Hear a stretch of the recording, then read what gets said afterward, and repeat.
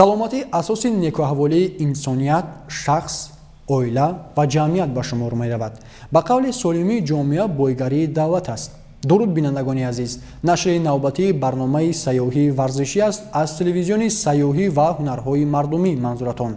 ин лаҳза мо аҳли эҷоди барнома азм намудем ки дар барнома масъалаи таъсири сайёҳату варзишро ба ташаккули тарзи ҳаёти солимона ва баландбардории сатҳи некӯҳаволии ҷомеа пайгирӣ намоем.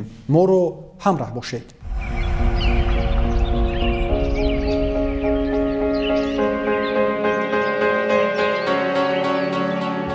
олимони физиолог ва табибон таъкид мекунанд ки инсон метавонад аз лаҳзаи тавлид шуданаш 100 сол бидуни беморӣ зиндагӣ намояд.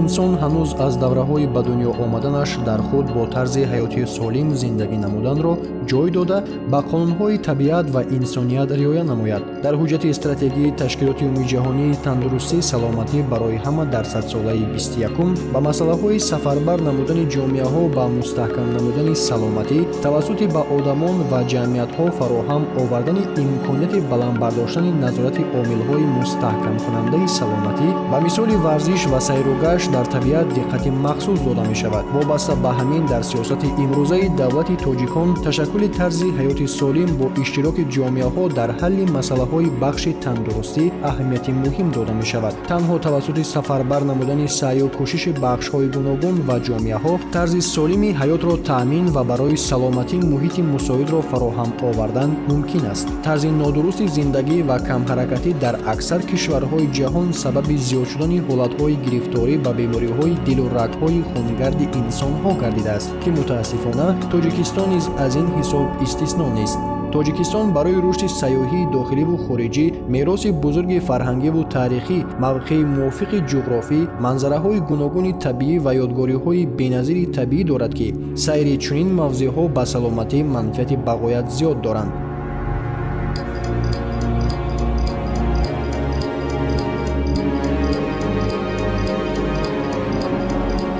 вақте ки шахс ба анамун варзишу ба анамун сайёҳат кардану ба масалан амун кӯҳу дашту даман вақте сайёҳат мебарояд вай ҳангоми масалан фарбеҳ гирифтори фарбеҳӣ бошад метавонад хунҳои вай дар гардиш бошад, яъне ки дар ҳаракат бошад.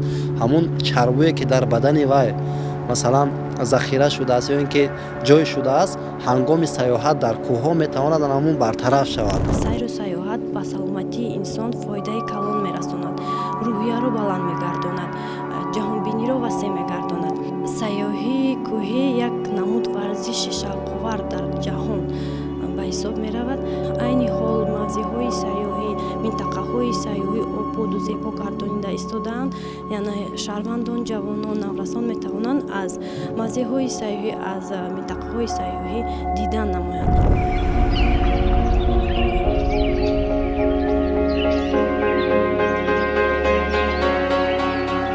дар қаламрави тоҷикистон тақрибан 200 манбаи обҳои минералӣ ва шифоӣ мавҷуданд ки дар асоси онҳо соҳаи сайёҳии санаторӣ ва курортӣ рушд мекунанд. имрӯзҳо дар тоҷикистон бозори рақобати сайёҳӣ ташаккул ёфтааст ва зиёда аз 150 ширкатҳои сайёҳӣ фаъолият доранд.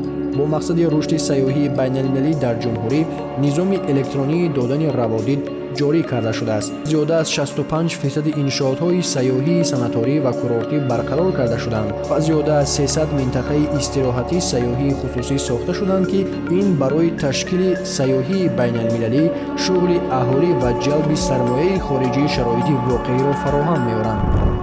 дар замони муосир бо сиёсати хиратмандонаи асосгузори сулҳу ваҳдати миллӣ, пешвои миллат, президенти ҷумҳурии тоҷикистон муҳтарам Эмомалӣ Раҳмон соҳаи сайёҳӣ яке аз соҳаҳои пешрафта ба ҳисоб рафта истодааст.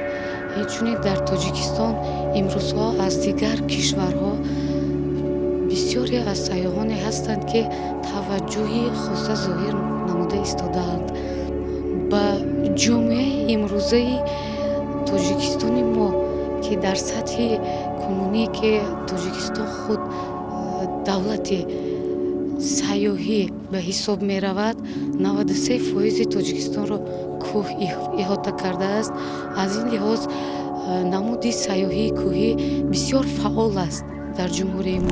мубинед вақте мо назар меафканем ба ҳамамун сайёҳони хориҷӣ, хо дар зимистон бошад, хо дар тобистон, хо дар баҳор, дар кӯҳҳои мо бештар сайёҳат мекунанд. Вақте ки суол мекунӣ ки барои чӣ шумо масалан сардиро нигоҳ накарда ба сайёҳат майлу рағбат дорӣ, онҳо мегӯяд ки агар хоҳе ки масалан бемор нашавӣ, хоҳе ки ба масалан дорухонаҳо муроҷиат накунӣ, бештар ба анамун варзишу ба сайёҳату ба анамун гаштан дар ҳамун фазои кушод яъне ки майл кунед.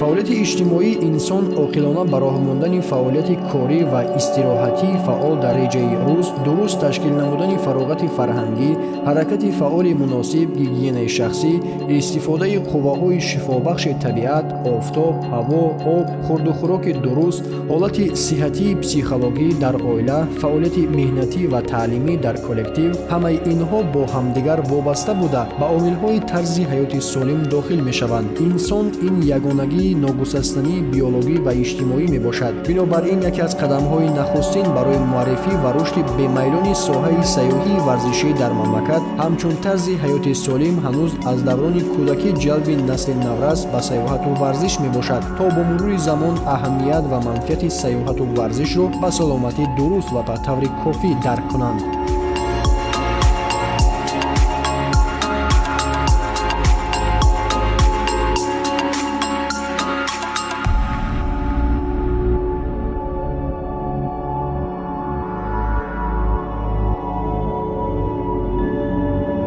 вазорати тандурустӣ ва вазорати маориф ва илми ҷумҳурии тоҷикистон дар якҷоягӣ мекӯшад ки бештар ҷавононро, мактаббачагонро масалан ба анамун осоишгоҳҳо, ба лагерҳо яъне ки бурда онҳоро аз ҳамин хурдӣ ба ҳамин самт равона созанд, то ки дар оянда онҳо низ фарзандони худро ба ҳамин самт равона созанд, то ки донанд ки манфиати ҳамин сайёҳат, манфиати истироҳат, манфиати гаштугузор кардан дар ҳавои тоза ба саломатии инсон то кадом андоза хуб аст.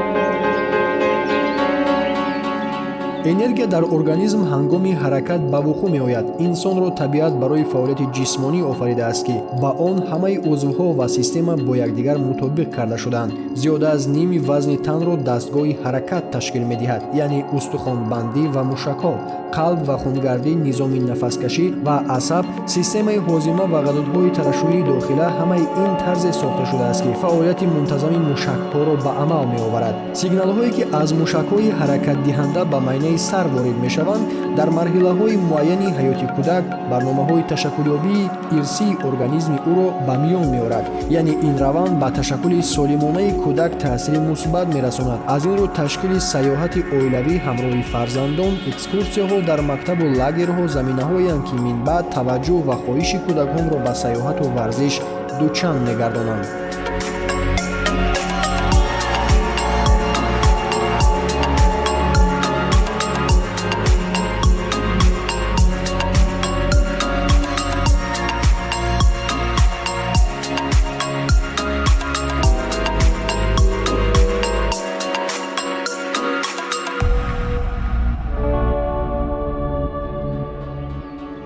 организми инсон дар баробари сарф кардани энергия дар ҳолатҳои гуногун онро аз нав пур мекунад, дар ҳоле ки агар худи шахс бештар фаъолият намуда талош кунад ки таомҳои серғизоро истифода намояд, дар чунин ҳолат энергия сарф шуда барқарор мегардад. дар акси ҳол раванди мубодила дар ҳол суст шуда энергия ҷамъ намешавад. инчунин ҳуҷайраҳои мағзи сар ва бадан бо ғизо таъмин нагардида раванди ташаккулёбии организм рушд намеёбад. пайваста фаъолияти мунтазам накардан ба ҳолати ногувор оварда мерасонад.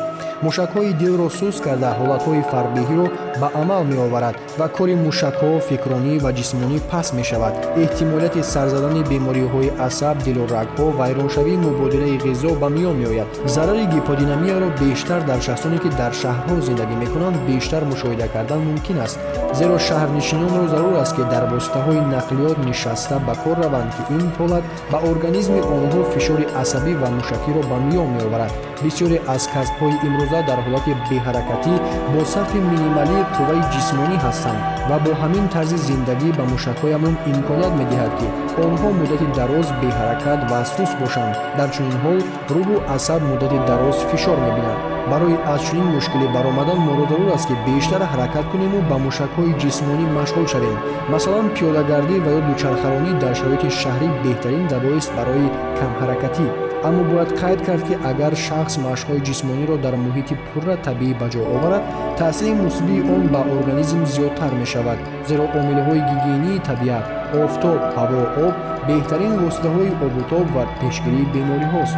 дар ҷойҳое ки сард аст, яъне дар он ҷо ҳисси хунукӣ мушоҳида мегардад, ба машқи ҷисмонӣ машғул шудан аз аҳамият холӣ нест, зеро хунукӣ таъсири хубе ба системаи асаб, дилу рагҳо ва озодона нафас гирифтанро дошта, инчунин мубодилаи ғизоро беҳтар карда, кори узвҳои таносулиро дар сатҳи баланд ба танзим медарорад.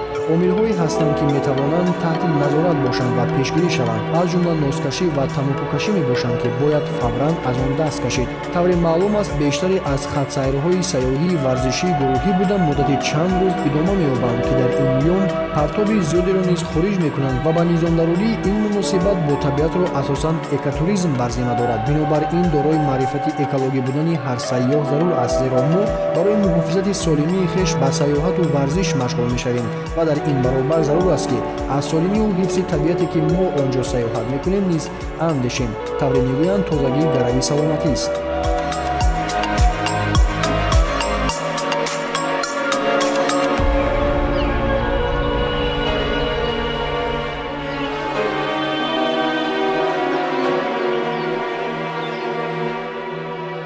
мо имрӯз муроҷиат ба ҳамун шаҳрвандоне ки бар ҳамун сайёҳат мераванд, ба осоишгоҳҳо мераванд, ба дигар масалан дар гӯшаҳои шаҳр масалан рафта тамошо мекунанд, бибинед имрӯз чӣ қадар хиёбонҳо ҳаст. дар мо муроҷиат мекунанд ки гирду атрофи ҳамун вақте гашту гузор мекунанд, тоза нигоҳ доранд. хуб мешавад ки дар ҳамун дашту саҳро ҳамун аз партофтани партовҳо худдорӣ кунанд. вақте ки мо дидаву дониста худ партов мепартоем, ин метавонад ба солимии мо таъсири худро расонад. ҳамин тавр сайёҳату варзиш агар аз як тараф ба саломатӣ ва ташаккули тарзи ҳаёти солим манфиатовар бошад, пас аз ҷониби дигар сайёҳӣ ҳамчун василаи собитшудаи ҷалби сармоягузории дохилию хориҷӣ, соҳаи таъсисдиҳандаи ҷойҳои нави корӣ, манбаи даромади аҳолӣ ва ғанигардонии буҷети давлатӣ дар рушди иқтисодию иҷтимоӣ саҳми назаррас дорад.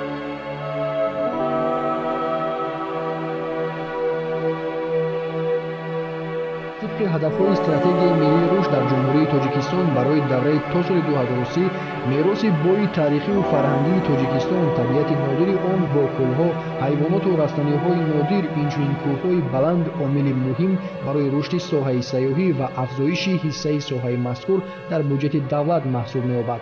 در پرتو سیاست سازنده و بنیادگرانه پیشوای ملت، ساحه سیاحی پیوسته رشد یافته. جمهوری تاجیکستان در این سمت مهم استراتژی و دستاوردهای نظررس نائل شد و در عرصه بین المللی صاحب ابروی اعتباری خاصه گردید.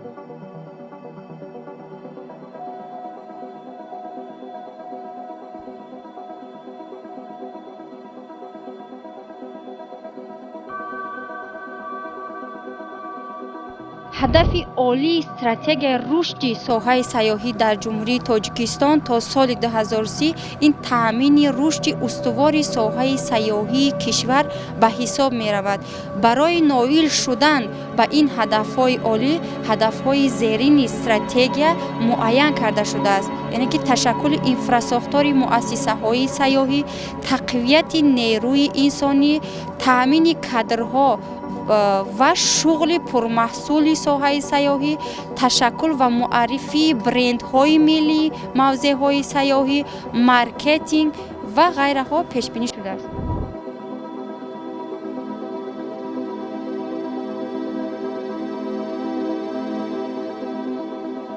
пешниҳоди ҷумҳурии тоҷикистон дар бораи ворид намудани гӯштинги миллии тоҷик ба феҳристи юнеско мавриди баррасӣ қарор дошта боз як заминаи устуворест дар самти муаррифии миллати тоҷик ки метавонад боиси ҷалби ҳарчи бештари сайёҳон ба сарзамини камназари тоҷикистон бошад. ба хотири муҳайё кардани шароити муосири таълимӣ барои тарбияи мутахассисони соҳаи сайёҳӣ дар ҷумҳурӣ дар заминаи донишкадаи сайёҳӣ, соҳибкорӣ ва хизмат донишгоҳи байналмилалии сайёҳӣ ва соҳибкории тоҷикистон таъсис дода шуд. айни замон дар 20 муассисаи таълимии ҷумҳурӣ мутахассисони соҳаи сайёҳӣ ва хизматрасонӣ омода карда мешаванд.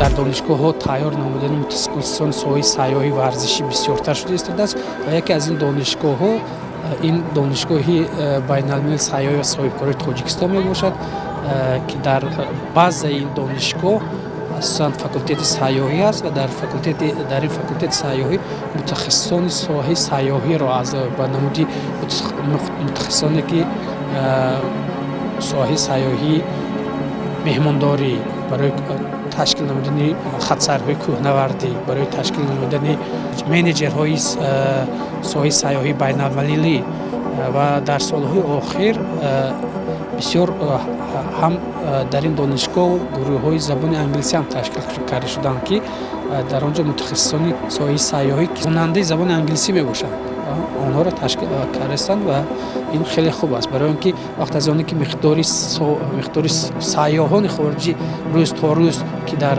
ҷумҳурӣ ки зиёд шудан гирад ва ҳар яке онҳо мутахассис дар кор ки яъне барои хизматрасонӣ бо онҳо ҳамкорӣ кунад бо сайёҳон чхеле ки аз рӯи омор мо медонем як сайёҳ метавонад то 10 ҷойи кори нав ташкил намояд. барои ҳамин вақте ки ҳар сайёҳ мебиёд ба вай роҳбалад лозим аст, ба вай тарҷумон лозим аст, ба вай менеҷери соҳаи сайёҳӣ дар кор аст ки барномаҳои соҳаи сайёҳӣ ташкил кунад ба намуди барномаҳои сайёҳии варзишӣ, кӯҳнавардӣ, лижаронӣ ва дигар намудҳое ки дар тоҷикистон имкониятҳои хеле васеъ ҳаст ки онҳоро ташкил кунад.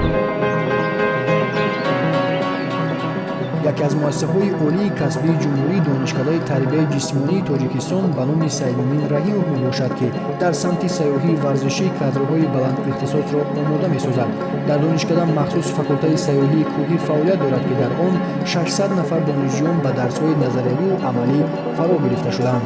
дар донишкадаи тарбияи исмонӣ ки супориши ҳукумати ҷумҳурии тоҷикистон аз соли 2009 факултаи сайёҳии кӯҳӣ фаъолият карда истодааст ки миқдори донишҷӯёни он 600 нафарро ташкил медиҳад ва барои донишҷӯён устодони соҳибихтисос, соҳибкасб ва ихтисосманд дарс мегузорад. тибқи нақшаи кумитаи кор бо ҷаҳон варзиши назди ҳукумати ҷумҳурии тоҷикистон, вазорати маориф ва илми ҷумҳурии тоҷикистон, кумитаи рушди сайёҳӣ дар якҷоягӣ раёсати донишкада тасмим гирифтааст ки донишҷӯёнро барои сафар намудан ба минтақаҳои сайёҳии ҷумҳурии тоҷикистон ба назар гирифта шудааст ки дар моҳи оянда дар нақша ҳаст ки минтақаи сайёҳии дараи варзоб яъне 18 километр бо ҳамроҳи устодону донишҷӯён сафар намуда сайёҳии кӯҳнавардӣ яъне ки дар самте ки муайян шудааст дар он ҷо донишҷӯёнро бурда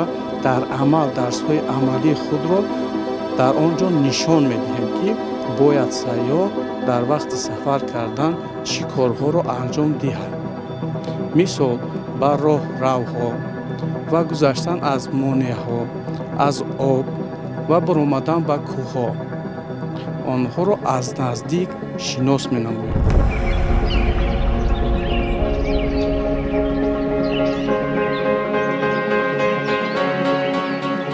тавре зикр гардид дар ҷумҳурӣ ба омодасозии кадрҳои соҳаи сайёҳӣ беш аз 20 муассисаи олии таълимӣ ва миёнаи махсус машғуланд. бо вуҷуди ин дар бозори сайёҳии мамлакат мутахассисона мерасанд. яке аз сабабҳои ин мушкилот агар кам бурдани дарсҳои амалӣ миёни донишҷӯён бошад, аз ҷониби дигар набудани робитаи мустаҳкам байни сохторҳои дахлдори соҳа арзёбӣ мегардад. бинобар ин ташкили дарсҳои амалӣ дар муассисаҳои олии касбӣ яке аз заминаҳои устувори бостамарии сифати омӯзиши касбӣ мебошад. аз ҳамин лиҳоз дар донишкадаи тарбияи ҷисмонии тоҷикистон ба номи Саймин Раҳимов мунтазам хатсайрҳои махсуси сайёҳии варзишӣ ташкил мегарданд, ки дар он тарзу усулҳои баромадан ба кӯҳу дараҳо, фаъолияти роҳбаладӣ, қоидаҳои бехатариву наҷотдиҳӣ ва ғайра ба таври амалӣ омӯзонида мешаванд.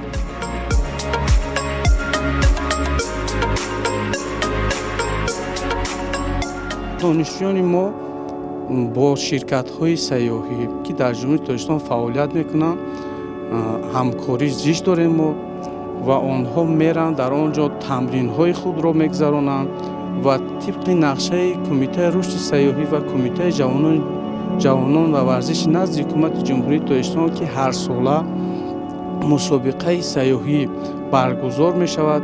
дар он ҷо мусобиқа байни донишгоҳу донишкадаҳое ки дар самти сайёҳӣ фаъолият мекунанд. донишҷӯёни мо аз он ҷумла дар он мусобиқаҳо фаъолона иштирок менамоянд, сазовори ҷойҳои намоён гаштаанд ва дар нақша аст ки мо имсол бо минтақаҳои сайёҳие ки дар ҷумҳурии Тоҷикистон ба шаҳрвандҳои хориҷа муаррифӣ шудаанд, мо донишҷӯёнро ба он ҷоҳо бурда аз наздик шиносоӣ намуда барои он ки оянда ин донишҷӯёни мо хатм мекунанд ҳамчун мутахассис роҳбалад барои сайёҳоне ки аз дигар давлат ба ҷумҳурии мо ворид мешаванд ҳамчун роҳбалад ба онҳо кӯмак расонда тавонанд. мо дарсҳои амалии хешро дар минтақаҳои сайёҳӣ мисол ташкил мекунем, ки чӣ хел ба кӯҳ баромадан, чӣ хел аз об гузаштан ва ҳангоми латхӯрӣ бо хонанда яки донишҷӯ ёрии аввалини тиббӣ дар сайёҳат расониданро дар дарсҳои амалии хеш мерасонем.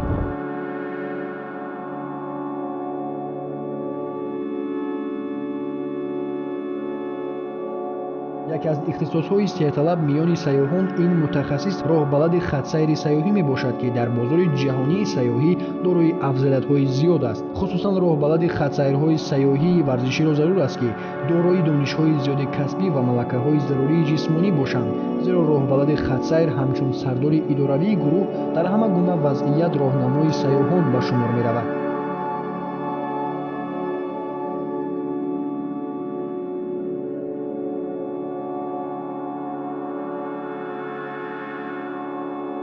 вазифаи роҳбалад аз он иборат аст ки роҳбалад пеш аз ҳама дар назди ронанда нишаста худро ба аъзои гурӯҳ шинос карда баъдан ба сафар мебароянд. аз байни аъзои гурӯҳ як нафар сардори хоҷагӣ интихоб карда мувофиқи сайёҳон лавозимотҳои сайёҳӣ баъдан хурду хӯрока ба мошин бор карда ба кадом хатсайре ҳастанд ба он хатсайр сафар мекунанд.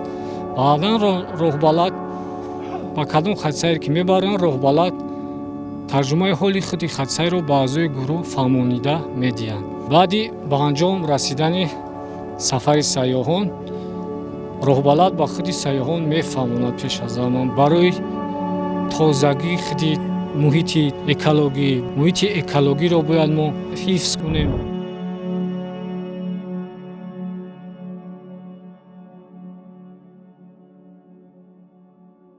ҳамин тавр манфиати сайёҳату варзишро ба саломатӣ ва сатҳи иқтисодиёту иҷтимоиёти ҷомеаю давлат дониста зарур аст ки ба ин самт таваҷҷӯҳи бештар дошта бошем. беҳуда ҳам нест ки ҳукумати мамлакат солҳои охир ба соҳаи сайёҳӣ ва ташаккули тарзи ҳаёти солим диққати махсус дода тадбирҳои мушаххас меандешад.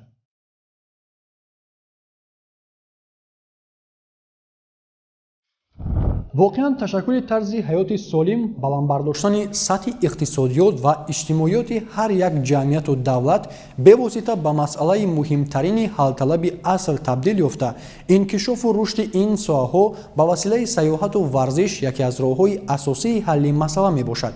бинандагони азиз, дар ҳамин ҷо нашри навбатии барномаи сайёҳии варзишӣ ба поён мерасад. ҳамеша дӯстдори сайёҳату варзиш бошед.